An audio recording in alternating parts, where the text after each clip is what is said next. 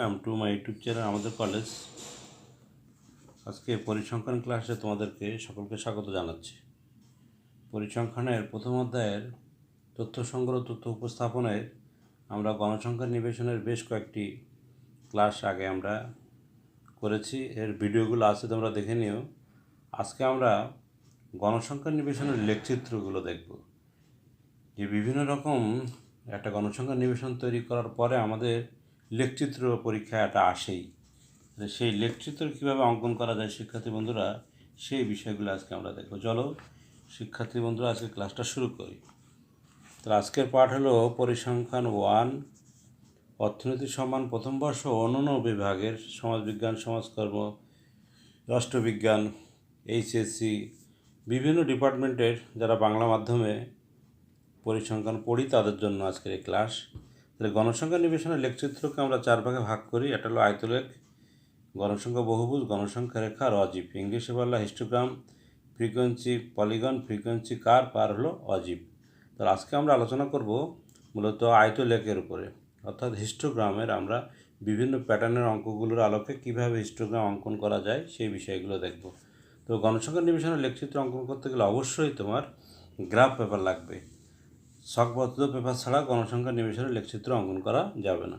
তো চলো যাই শিক্ষার্থী বন্ধুরা, আমরা একটা অঙ্ক দেখি আর আমরা ড্র করা শিখি যে কীভাবে। বলছে 1 নম্বর অঙ্কটা খেয়াল করো, নিম্নের গণসংখ্যার নিবেশন হতে একটি আয়তলেখ অঙ্কন করো। তাহলে আয়তলেখ অঙ্কন করতে গেলে কতগুলো বিষয় খেয়াল রাখতে হবে, যে অঙ্কটা কোন পদ্ধতি দেওয়া আছে, বহির্ভূত পদ্ধতি দেওয়া আছে কিনা। যদি বহির্ভূত পদ্ধতি দেওয়া থাকে তাহলে দেখতে হবে শ্রেণী ব্যবধান সমান আছে কিনা। যদি সমান থাকে তাহলে কোনো সমস্যা নেই, আমরা সরাসরি টেবিল থেকেই গ্রাফে চলে যাব। তাহলে 1 নম্বর অঙ্কটা দেখো, সব জায়গায় ব্যবধান সমান এবং সেটা বহির্ভূত পদ্ধতিতে দেওয়া আছে। তাহলে এরকম একটা অঙ্ক যদি থাকে তাহলে আমরা আর 1 নম্বরে আয়তলেখ কীভাবে অঙ্কন করব খেয়াল করো। তাহলে আমরা এভাবে আমরা একটা গ্রাফ পেপারের একটা ফুল গ্রাফ পেপার কেটে আমরা ছোট করে নেব, নিয়ে আমরা কিভাবে অঙ্কন করব খেয়াল করো শিক্ষার্থী বন্ধুরা। যে আমরা নিচে 5টা ঘর একটু গ্যাপ রাখবো, দুই পাশে আমরা 5 ঘর করে করে গ্যাপ রাখবো। এটা পেন্সিল দিয়ে করাই ভালো, পেন্সিল দিয়ে করলে, কলম দিয়ে করলে অসুবিধা নেই, তবে পেন্সিল দিয়ে করলে কারেকশন করা যায়, এই হলো সুবিধা। তাহলে আমরা দুই পক্ষে 5 ঘর করে করে গ্যাপ রাখবো। তাহলে খেয়াল করি শিক্ষার্থী মানে, এবং পেন্সিলটা একটু জন্য তোমার 4B হলে ভালো হয়, যে একটু ডিপলি হবে। তাহলে আমরা এরকম একটা করে নিলাম। এরপরে দেখো লম্ব অক্ষে সবসময় আমাদের কি বসবে, এই লোয়ার লিমিট থেকে আপার লিমিট পর্যন্ত, অর্থাৎ এখানে নিম্নসীমা থেকে ঊর্ধ্বসীমা পর্যন্ত 10, 20, 30, 40, 50, 60, 70, 80 পর্যন্ত আমরা বসাবো। খেয়াল রাখতে হবে যে ভূমি অক্ষে, অর্থাৎ আমরা দুইটা অক্ষ হবে, এটা হলো OX অক্ষ অর্থাৎ ভূমি অক্ষ, আর এটা আছে OY, এটা লম্ব অক্ষ। তাহলে আমরা ভূমি অক্ষে সবসময় শ্রেণীর নিম্নসীমা বসাবো। নিম্নসীমাগুলো 10, 20, 30, 40, 50, 60, 70 এবং লাস্টে এখান থেকে শুরু করে লাস্টের ঊর্ধ্বসীমাটা আমরা বসাবো ভূমি অক্ষে। তাহলে খেয়াল করো। আর তাহলে প্রথমে আমাদের তাহলে কয়টা আছে, 1, 2, 3, 4, 5, 6, 7, 8টা। তাহলে আমাদের হিসাব করে দেখতে হবে যে আমরা 5 ঘর করে করেই নেই। প্রথমে ধরো 1, 2, 3, 4, 5, 6, 7, 8, এই 8টা করে নিলাম। এবার মানগুলো তুমি বসাও, এই 10, তারপরে এই 20, সেটার গাঢ় নিয়ে নিই, এটা হচ্ছে 30, এই 40, এটা 50, এটা 60, এটা 70, আর এই হলো তোমার 80। তাহলে আমরা কী করলাম শিক্ষার্থী বন্ধুরা, লোয়ার লিমিট থেকে আপার লিমিট পর্যন্ত মানগুলো আমরা বসাই দিলাম, অর্থাৎ নিম্নসীমা থেকে একেবারে ঊর্ধ্বসীমা পর্যন্ত সব মানগুলো বসালাম। এরপরে খেয়াল করো ফ্রিকোয়েন্সিগুলো খেয়াল করতে হবে, লোয়েস্ট 1 আর টপ আছে 7। তাহলে খেয়াল করো আমরা এই যদি 1, 2, 3, 4, 5, 6, 7 এক এক করে নিলে কিন্তু হয়ে যায়। তাহলে জিনিসটা যত বড় করা যায়, তাহলে এটাকে 1 নাও, এটা 2, 3, 4, 5, 6, 7, এটা হলো মানের অনুসারে আমাদের ধরতে হবে, যে এখানে মানগুলো সব ছোট ছোট দেওয়া আছে, এই জন্য এমনভাবে ধরবো যেন লোয়েস্ট এবং হাইস্ট দুটো মান যেন থাকে। এখন মান বসানোর নিয়ম হলো কি, এই 10-এর সাথে বসবে 3, অর্থাৎ 10 থেকে 20 পর্যন্ত বসবে 3। তাহলে দেখো 10-এর সাথে আছে 3, তাহলে 10 বরাবর 3 আছে এখানে। তাহলে এখান থেকে আমার ডান দিকে যাবে, প্রথমে এই দাগটা নিবা, 10 বরাবর আমরা করলাম, করে 10 থেকে ডান দিকে কোন পর্যন্ত যাবে, 10 থেকে 20 একটা শ্রেণী পর্যন্ত যাবে। তাহলে 10 থেকে 20-এর একটা শ্রেণী আমরা করে নিলাম। দেখো আমরা একটা কলম দিয়েই দেখাই দিই, না তোমরা বুঝতে পারবে না। তো 10 থেকে 20-এর এটা আমরা করে নিলাম। এরপরে খেয়াল করো, আবার 20-এ ধরে রাখবো, 20-এ আছে 5, আবার 20 বরাবর ধরো, 20 থেকে 5, তাহলে 20-এ আছে 5, তাহলে 20 থেকে কোন পর্যন্ত যাবে, 30-এ যে একটা বক্স তৈরি হবে। এইভাবে ডান দিকে যাবে সবসময়। ঠিক আছে শিক্ষার্থী বন্ধুরা। তারপরে 30-এ কত আছে খেয়াল করো, 30-এ আছে হলো তোমার 30-এ আছে 4, তাহলে আবার এই 30 থেকে 4-এ আসো, তাহলে 30 থেকে 4-এ আমরা এখান থেকে এই 30 থেকে 40-এ যে একটা বক্স তৈরি হবে। এইভাবে আমাদের আয়তলেখগুলো ডান দিকে সত্যি হতে যাবে। তারপরে আছে কত, 7, 40-এ আছে আবার দেখো 7, তাহলে 40 থেকে আমরা 7 বরাবর যাবো একবার উপরে। তাহলে 40 থেকে 50 একটা বক্স তুমি তৈরি করে ফেলো, কারণ 40 থেকে 50-এ তো যাবেই। এই হয়ে গেল আমাদের 40 থেকে 50, আর এটাকে আমি আটকাই দিলাম। তারপরে দেখো 50-এর সাথে আছে কত, 3, আবার দেখো 50 বরাবর 3। এভাবে দাগ দিয়ে নিয়ে এভাবেও করা যায়, দ্রুত করতে গেলে এভাবে করে, টেকনিকটা হলো এটা। পরে তুমি অ্যাড করে দিবা এই। তারপর আছে কত, 1, এই আসো 1-এ, এই আমরা বসালাম 1। তারপর একটা লাস্টেরটা আছে আবার 2, তাহলে আবার ওখান থেকে আবার 2-তে যাও, তাহলে 70 থেকে 80 হলো 2। তো দেখো 70 থেকে 80 পর্যন্ত এই জন্য কিন্তু লাগবে। এই জন্য নিম্নসীমা থেকে ঊর্ধ্বসীমা পর্যন্ত আমাদের মানগুলো বসাতে হবে। তাহলে এই হলো আমাদের আয়তলেখ অঙ্কন করা হয়ে গেল শিক্ষার্থী বন্ধুরা। তাহলে ভূমি অক্ষে আমরা কি বসালাম, শ্রেণীর নিম্নসীমা, এটা লিখে দেবো এরকম, শ্রেণীর নিম্ন সীমা। আর লম্ব অক্ষে আমরা গণসংখ্যা বা ফ্রিকোয়েন্সি আমরা যেটা লিখে দিতে হবে। এরপর একটা গুরুত্বপূর্ণ জিনিস, মাপনী লিখতে হবে। মাপনীটা কীরকম, তাহলে ও এক্স অক্ষে, দেখো এটা খুব গুরুত্বপূর্ণ বিষয়। ও এক্স অক্ষে আমরা এক ঘর সমান সমান কত ধরছি, দেখো এই 10 থেকে 20, তাহলে 2, 4, 6, 8, 10, তাহলে ও এক্স অক্ষে 1 বর্গঘর সমান সমান 2 একক। 1 বর্গঘর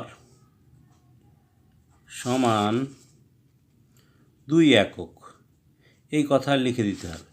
আর ও ওয়াই অক্ষে 1 বর্গঘর সমান সমান কত, দেখো এখানে 1 বর্গঘর সমান সমান কত, একরে যদি একটা এক ঘরে আমরা 5 ধরছি, তাহলে একরে তুমি 5 দিয়ে ভাগ দাও, তাহলে এক ঘরে মানে 0.2, তাহলে 1 বর্গঘর সমান সমান 0.2 একক।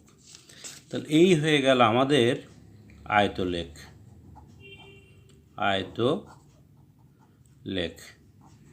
তাহলে এটা হচ্ছে আমাদের 1 নম্বরের আয়তলেখ।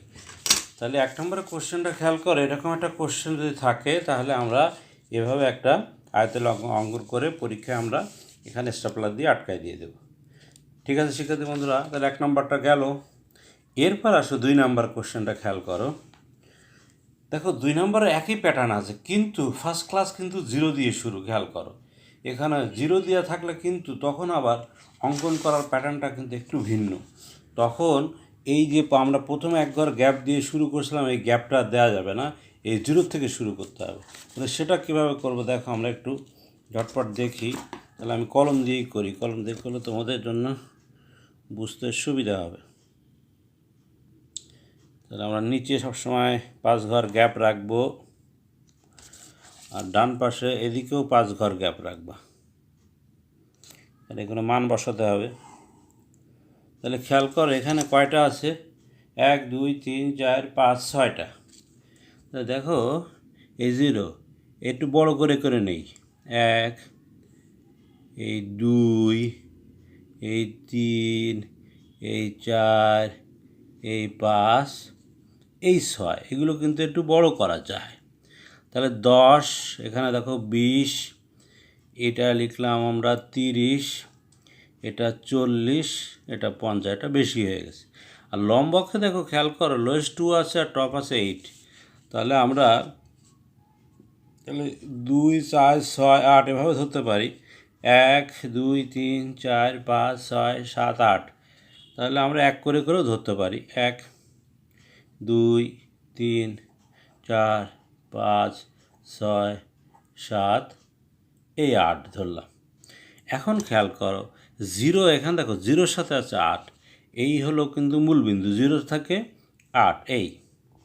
তাহলে এখান থেকে কোন পর্যন্ত যাবে, দেখো 0 থেকে 10 পর্যন্ত যাবে। তাহলে এখন কিন্তু খেয়াল করো একবারে গ্যাপ যাবে না। আমরা 2 ঘর সমান সমান করে করে একটু বড় করে নিলাম। তুমি 2 ঘর করে নিতে পারো, অন্ততপক্ষে 1 ঘর নিতেই হবে। আমরা একটু বড় করলাম। এরপর দেখো পরেরটা আছে 10-এর সাথে 5, তাহলে এই আমরা 5-এ নিয়ে নিলাম। তাহলে 10 থেকে 20-এ যাব। এভাবে করলে পুরো সবসময় চেষ্টা করতে হবে কি ফুল গ্রাফ জুড়ে যেন চিত্রটা হয়, তাহলে দেখতে সুন্দর হবে। এটা করলাম। তারপর আছে 3, খেয়াল করো 3 আছে এখানে, এই বসালাম আমরা 3, এই দিলাম 3 বসাও। তারপরটা কত আছে 6, আবার দেখো 6 আছে, আবার একটু উপরে যাবে, এখান থেকে 6 আমরা একটু উপরে যাব। তাহলে 30 থেকে 40 যে একটা বক্স হবে, 30 থেকে 40।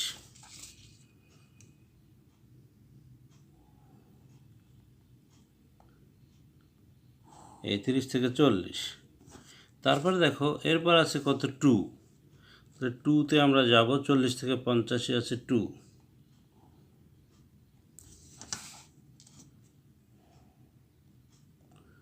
40 থেকে 50 2 আছে। তাহলে আমাদের আয়তলে অঙ্কন করা হয়ে গেল। একটু বড় করে করে দেখালাম যে 2 ঘর করে করে নিয়েও কিন্তু করা যায়। সেটা ডিপেন্ড করবে তোমার তথ্যের উপরে, যে তথ্য তুমি সবসময় 1 ঘর করে করে নেবে, তাহলে অসুবিধা নেই। তাহলে আমরা ভূমি অক্ষে বসালাম শ্রেণীর নিম্ন সীমা, শ্রেণীর নিম্ন সীমা, আর লম্ব অক্ষে আমরা এখানে লিখে দাও গণসংখ্যা। তাহলে এখন আমরা মাপনীটা কীরকম হবে দেখো, মাপনীটা তাহলে কীরকম হবে, তাহলে OX অক্ষে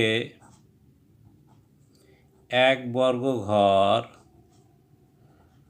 সমান কত, আর OY অক্ষে 1 বর্গ ঘর সমান কত।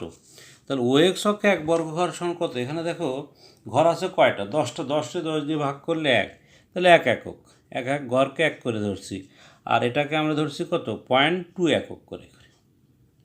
এইটাই হচ্ছে আয়তলেখ। তাহলে এইভাবে যদি প্রথমে তোমার বিষয়টা বুঝাইলাম যে 0 দিয়ে যদি শুরু হয় তখন কিন্তু প্রথমে গ্যাপ হবে না।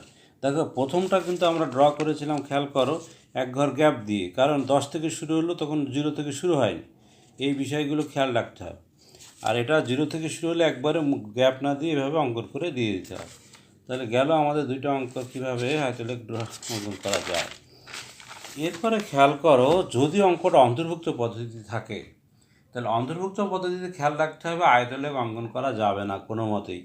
তাহলে তোমাকে কি করতে হবে, প্রকৃত শ্রেণী বের করতে হবে। আয়তলেখ অঙ্কন করার একটা বড় অসুবিধা হলো কি, এটা অন্তর্ভুক্ত পদ্ধতিতে অঙ্কন করা যায় না। পরীক্ষা যদি অন্তর্ভুক্ত পদ্ধতি দেয় তাহলে বহির্ভূত পদ্ধতি করে নিতে হবে। তারই নাম হলো কি প্রকৃত শ্রেণী। প্রকৃত শ্রেণী বা শ্রেণীর সীমানা আরোপ করতে হবে, প্রকৃত শ্রেণী নির্ণয় করবা। তাহলে এর থেকে 0.5 বিয়োগ করলে কত হবে? 140.5, আর এটা 150.5, এটা হবে 150.5, আর এটা হলো 160.5, আর এটা হবে 160.5, আর এটা হবে 170.5। তারপরটা হবে কত? 170.5, তারপরটা হবে 180.5, এটা হবে 180.5, এটা হবে 190.5। তাহলে কী করে বের করলাম? নিয়ম হলো কি, অন্তর্ভুক্ত পদ্ধতি থেকে বহির্ভূত পদ্ধতি করার নিয়ম হলো এখান থেকে ব্যবধান কত? 1। যত ব্যবধান থাকবে তাহলে 2 দিয়ে ভাগ করবো, তাহলে 1 রে 2 দিয়ে ভাগ করলে 0.5। যে রেজাল্টটা পাবো নিম্ন সীমা থেকে বিয়োগ করবো, ঊর্ধ্ব সীমার সাথে যোগ করবো, তাহলে সেই অঙ্কটা অন্তর্ভুক্ত পদ্ধতি থেকে বহির্ভূত পদ্ধতি হয়ে যাবে। এখন আমরা মান বসাবো এই অনুসারে এই মানগুলো। তাহলে এখন আমরা আয়তলেখ অঙ্কন করি। এবার আগের মতো শেখাতে সমস্যা নেই। এখন আমরা দেখো কীভাবে আয়তলেখ অঙ্কন করি।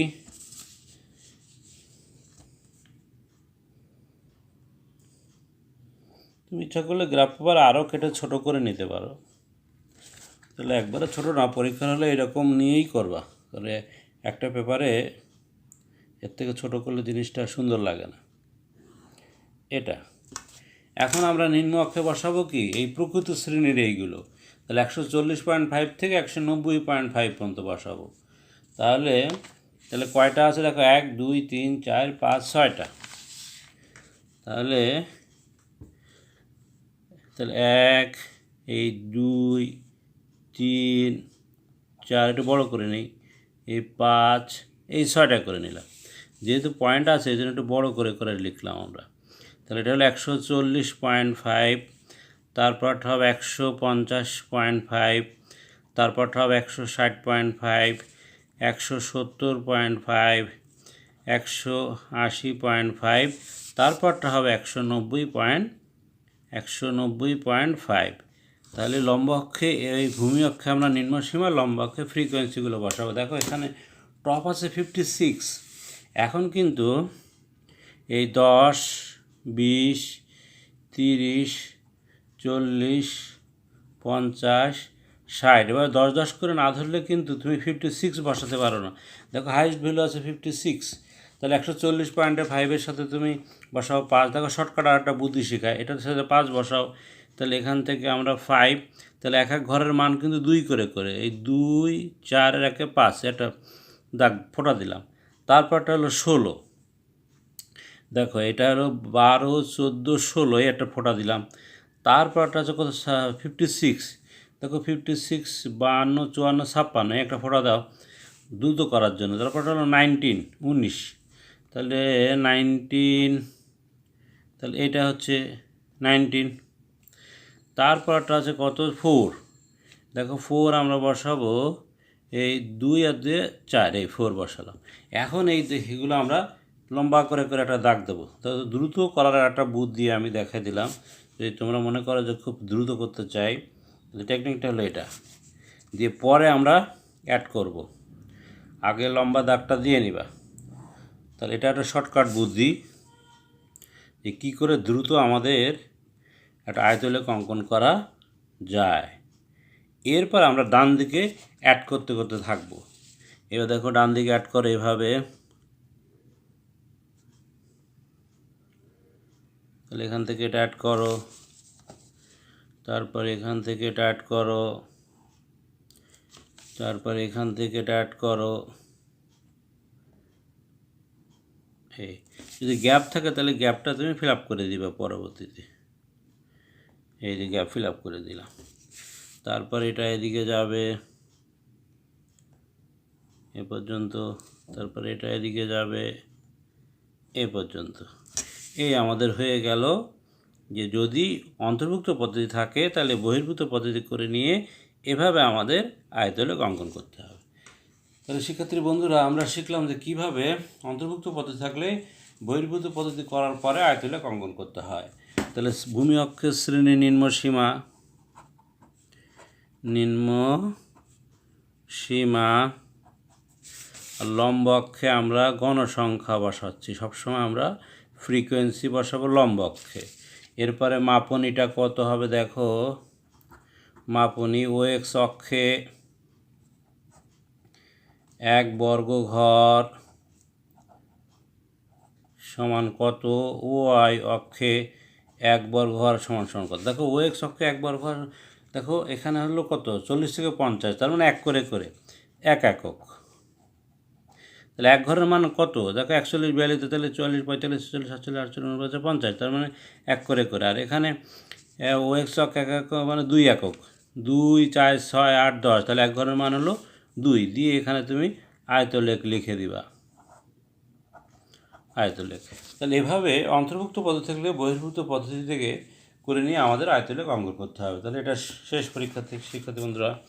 এরপরে খেয়াল করো, দেখো গণসংখ্যার নিবেশন দেওয়া আছে বহির্ভূত পদ্ধতি, কিন্তু শ্রেণীর ব্যবধানটা অসমান। খেয়াল করো 5 থেকে 10, 10 থেকে 15, 15 থেকে 20, 20 থেকে 30, 30 থেকে 50, এরকম অসমান শ্রেণীর ব্যবধান থাকলে গণসংখ্যা ঘনত্ব বের করতে হবে।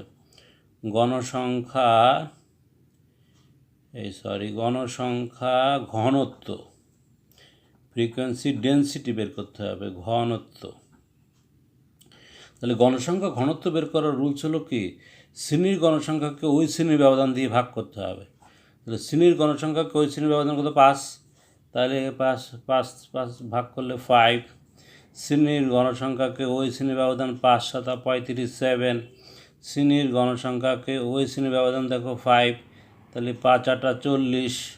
তাহলে শ্রেণীর গণসংখ্যা ওর ব্যবধান কত, 20 7 10 30 10, তাহলে 6 10 কে 60। শ্রেণীর গণসংখ্যা 80, ওর ব্যবধান কত 30 20, তাহলে কত 4 20 80। তাহলে আমাদের কি করতে হবে, যদি অঙ্কটা বহির্ভূত পদ্ধতি থাকে এবং অসম শ্রেণী ব্যবধান থাকে, তাহলে গণসংখ্যা ঘনত্ব বের করতে হবে। আর গণসংখ্যা ঘনত্ব বের করার রুলস হলো কি, শ্রেণীর গণসংখ্যাকে নির্দিষ্ট শ্রেণীর গণসংখ্যাকে নির্দিষ্ট শ্রেণী ব্যবধান দ্বারা ভাগ করলে ওই শ্রেণীর গণসংখ্যা ঘনত্ব পাওয়া যায়। এখন আমাদের কী করতে হবে, এই মান অনুসারে গণসংখ্যা ঘনত্ব বসাইতে হবে। এখন কিন্তু ফ্রিকোয়েন্সি বসানো যাবে না। তাহলে এখন দেখো শিক্ষার্থী বন্ধুরা, আমরা কিভাবে এটা ড্র করি। তাহলে আমি বিভিন্ন প্যাটার্নের অঙ্কগুলো একবারে আয়তলকের বিষয়টা দেখাচ্ছি, যাতে আয়তলকটা প্রায় আসে পরীক্ষায়, তোমরা এটা অ্যান্সার করতে পারো। এবং বারবার এটা প্র্যাকটিস করবা বাসায়, ভিডিওটা দেখবা, দেখে আর যেখানে আটকাবা আবার দেখে নেবা, এবং তোমাদের বন্ধুবান্ধবের লাইক শেয়ার সাবস্ক্রাইব করবা চ্যানেলটি, তাহলে অন্য যারা আছে তারাও এই বিষয়টা শিখতে পারবে। এখন দেখো তাহলে আমাদের কয়টা শ্রেণী আছে, দেখো আমাদের কিন্তু হিসাব করতে হবে 1 5 10 15 20 25 30, এইভাবে হিসাব করে নিতে হবে। তাহলে 5 10 15 20 25 30 35 40 45 50 পর্যন্ত যাবে। তাহলে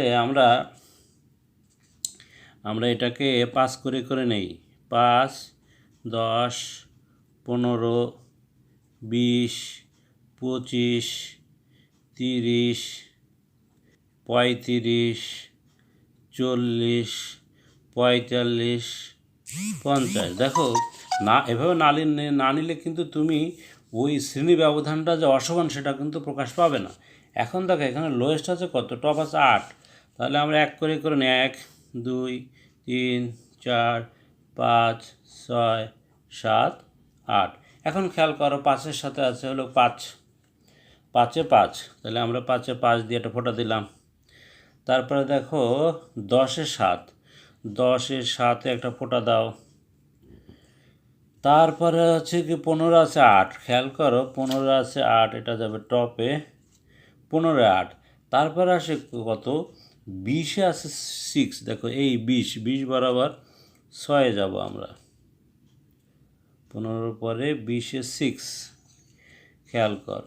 তারপরে আছে যে 30-এ আছে কত 4, দেখো এই 30-এ 4-এ আমরা ফোঁটা দেব। এখন আমরা খেয়াল কর, এই দাগগুলো আমরা দিয়ে দিই।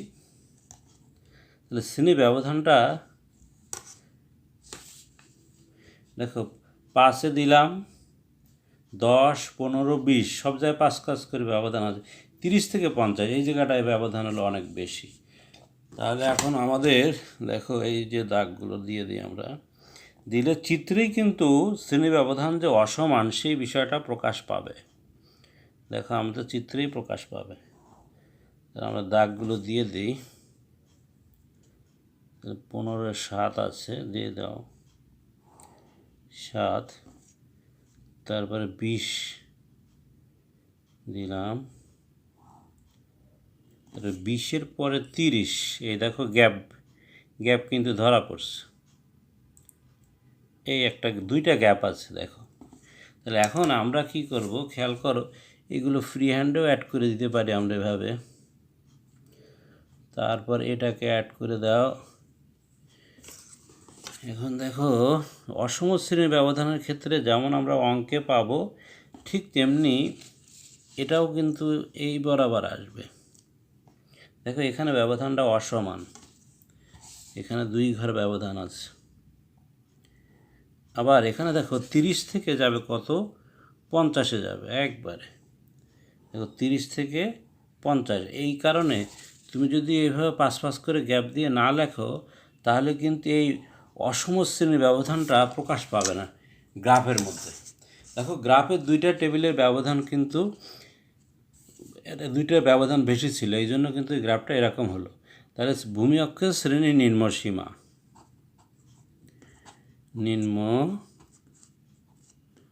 সীমা, আর লম্ব অক্ষে আমরা কি গণসংখ্যা ঘনত্ব বসাচ্ছি, এখানে কিন্তু ফ্রিকোয়েন্সি না, খেয়াল রাখতে হবে। পরীক্ষায় কিন্তু ভুলে আমরা গণসংখ্যা বসায় ফেলি। গণসংখ্যা ঘনত্ব, যদি বহির্ভূত পদ্ধতিতে শ্রেণী ব্যবধানটা অসমান থাকে, তাহলে গণসংখ্যা ঘনত্বটা বের করবা। বের করার পরে এটার সাথে গণসংখ্যা ঘনত্ব বসাবো, তখন ফ্রিকোয়েন্সির আর কোনো কাজ নেই। দিয়ে এভাবে আমরা অঙ্কন করে আমাদের ওই মাপনীগুলো ওইভাবে লিখে দেবা, যেভাবে হিসাব করে করে মাপনী যে বিষয়টা বললাম, ও এক্স অক্ষে কত, ও ওয়াই অক্ষে কত, এগুলো তোমরা লিখে ফেলবা। এটা একটা আয়তলেখ গেল এই প্যাটার্নটা। এরপরে খেয়াল করো শিক্ষার্থী বন্ধুরা, যদি আমাদের গণসংখ্যার নিবেশন হয়, দেখো এই অঙ্কটা ভালো করে খেয়াল করো, বলছো 25 জন ছাত্রর মার্ক দেওয়া আছে, উপযুক্ত শ্রেণীব্যাপ্তি নিয়ে একটি গণসংখ্যার নিবেশন তৈরি করো, একটি আয়তলেখ অঙ্কন করো এবং প্রচুরক নির্ণয় করো। দেখো এরকম তথ্য দেওয়া থাকলে আমরা কী করি, একটা গণসংখ্যার নিবেশন যেভাবে তৈরি করি, এটা আমরা আগের ভিডিওতে সব গণসংখ্যার নিবেশন তৈরি করার প্রসেসটা দেওয়া আছে, আমি করে নিয়ে এখান থেকে আমরা কি করছি, এই গণসংখ্যার নিবেশন করছি এবং তার টালি গণসংখ্যাগুলো বের করবা। তারপর এই অনুসারে তুমি আয়তলেখ অঙ্কন করবা। তাহলে আমরা এখন একটা আয়তলেখ অঙ্কন করি। তারপর আয়তলেখ অঙ্কন করে দেখো আয়তলেখের ব্যবহার কি। আয়তলেখ দিয়ে আমরা প্রচুরকের মান বের করতে পারি। তারপর আয়তলেখ দিয়ে আমরা গণসংখ্যা বহুভুজ অঙ্কন করতে পারি, গণসংখ্যা রেখা অঙ্কন করতে পারি। তাহলে আয়তলেখের দিয়ে আমরা 3টা কাজ করতে পারি। একটা হলো প্রচুরকের মান বের করতে পারি, গণসংখ্যা বহুভুজ অঙ্কন করতে পারি, গণসংখ্যা রেখা অঙ্কন করতে পারি। তাহলে এখানে বলছে কি, একটা আয়তলেখ অঙ্কন করে তুমি প্রচুরকের মান বের করো। তাহলে এখানে শ্রেণী আছে দেখো 1 2 3 4 5 6 7 8টা। তাহলে আমরা করে করে নেই, 10 20 30 40 50 60 70 80 পর্যন্ত বসায় দিলাম।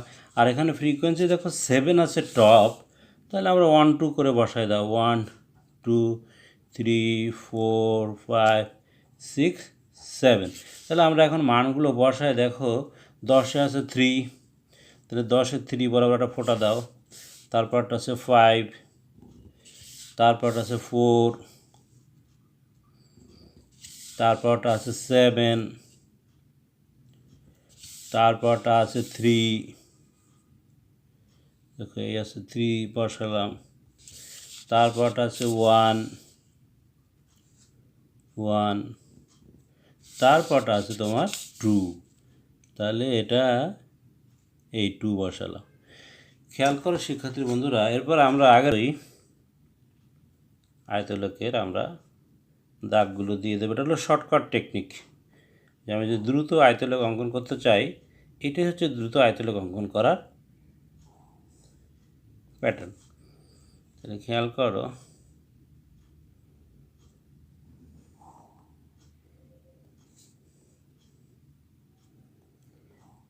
আমরা আয়তলে অঙ্কন করছি।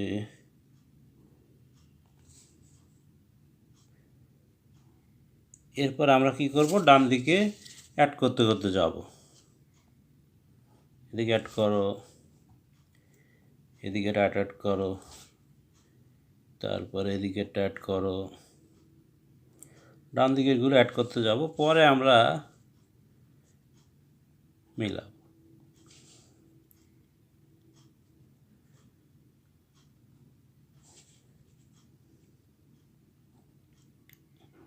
এই যে এখন যেখানে যেখানে গ্যাপ আছে সেই গ্যাপগুলো আমরা ফিল আপ করে দেব। এটা ফিল আপ করো, এখানে একটা গ্যাপ আছে, এটা গ্যাপটা ফিল আপ করে দেই।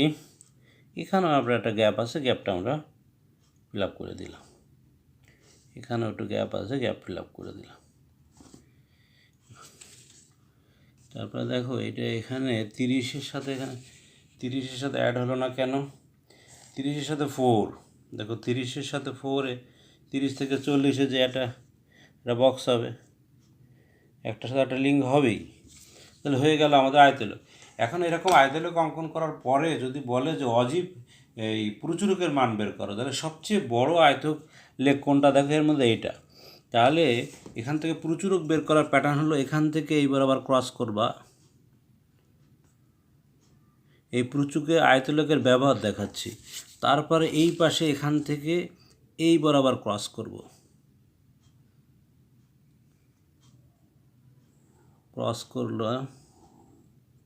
ক্রস করে যেখানে ক্রস করবে ওই ক্রস বরাবর ভূমি অক্ষে যে মানটা পাবো সেটাই হলো আমাদের প্রচুরক।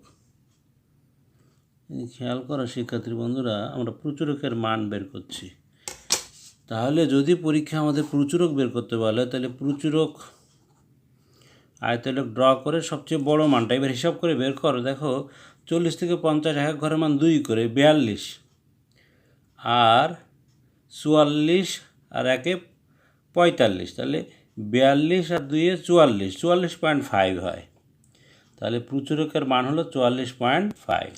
তাহলে এভাবে শিক্ষার্থী বন্ধুরা আয়তলেখের ব্যবহার আমরা জানলাম, যে কি করে শ্রেণীর নিম্ন সীমা আর লম্ব অক্ষে আমরা বসালাম গণ সংখ্যা। আর মাপনি তো লিখবাই তোমরা, মাপনি আগের মতো OX কত ধরলে, OY কত ধরলে সেটা লিখতে হবে। তাহলে সুপ্রিয় শিক্ষার্থী বন্ধুরা, আমরা আয়তলেখের ব্যবহারটাও জানলাম, যে কিভাবে একটি গণসংখ্যা নিবেশন তৈরি করব, তারপরে কিভাবে আয়তলেখ থেকে প্রচুরকের মান বের করা যায়। তাহলে আয়তলেখ অঙ্কন করার পরেও সবচেয়ে বড় যেটা থাকবে আয়তলেখ ক্ষেত্রটা, সেটার এখান থেকে এখানে, আবার এখান থেকে এর শুরু, এটা এর শুরু, এটা এর শেষ, এই দুটো ক্রস করে সেই ক্রস বরাবর ভূমি অক্ষে যে মানটা পাবো এটা হিসাব করে এই জায়গায় লিখে দেবো যে প্রচুরকের মান হলো 44.5, কারণ এক এক ঘরের মান 2 করে করে। ঠিক আছে, এখানে 2 করে, আর এখানে আছে কি 0.2। তাহলে OX অক্ষে 1 বর্গঘর সমান 2, আর OY অক্ষে 1 বর্গঘর সমান 0.2 একক। তাহলে আমরা সুপ্রিয় শিক্ষার্থী বন্ধুরা, আমরা আজকের ক্লাসে শিখলাম যে কিভাবে যে গণসংখ্যা নিবেশন থেকে আয়তলেখ অঙ্কন করা যায়। তাহলে আয়তলেখের বিভিন্ন রকমের অঙ্ক দেখি আমি দেখানোর চেষ্টা করলাম, যে এর বাইরে আর অঙ্ক আয়তলেখের ঘোরানোর আর কোনো ক্যাপাসিটি নেই। যত ধরনের অঙ্ক আছে সব অঙ্ক আমি আয়তলেখ দিয়ে দেখালাম। আশা করি তোমরা এগুলো প্র্যাকটিস করলে তোমরা পরীক্ষায় পারবে। তাহলে সবাইকে আমি আমাদের কলেজের পক্ষ থেকে আমি মামুন স্যার তোমাদের সবাইকে ধন্যবাদ জানিয়ে আজকের মতো পরিসংখ্যান ক্লাস শেষ করছি এখানে। তোমরা সবাই ভালো থেকো, সুস্থ থেকো, আল্লাহ হাফেজ।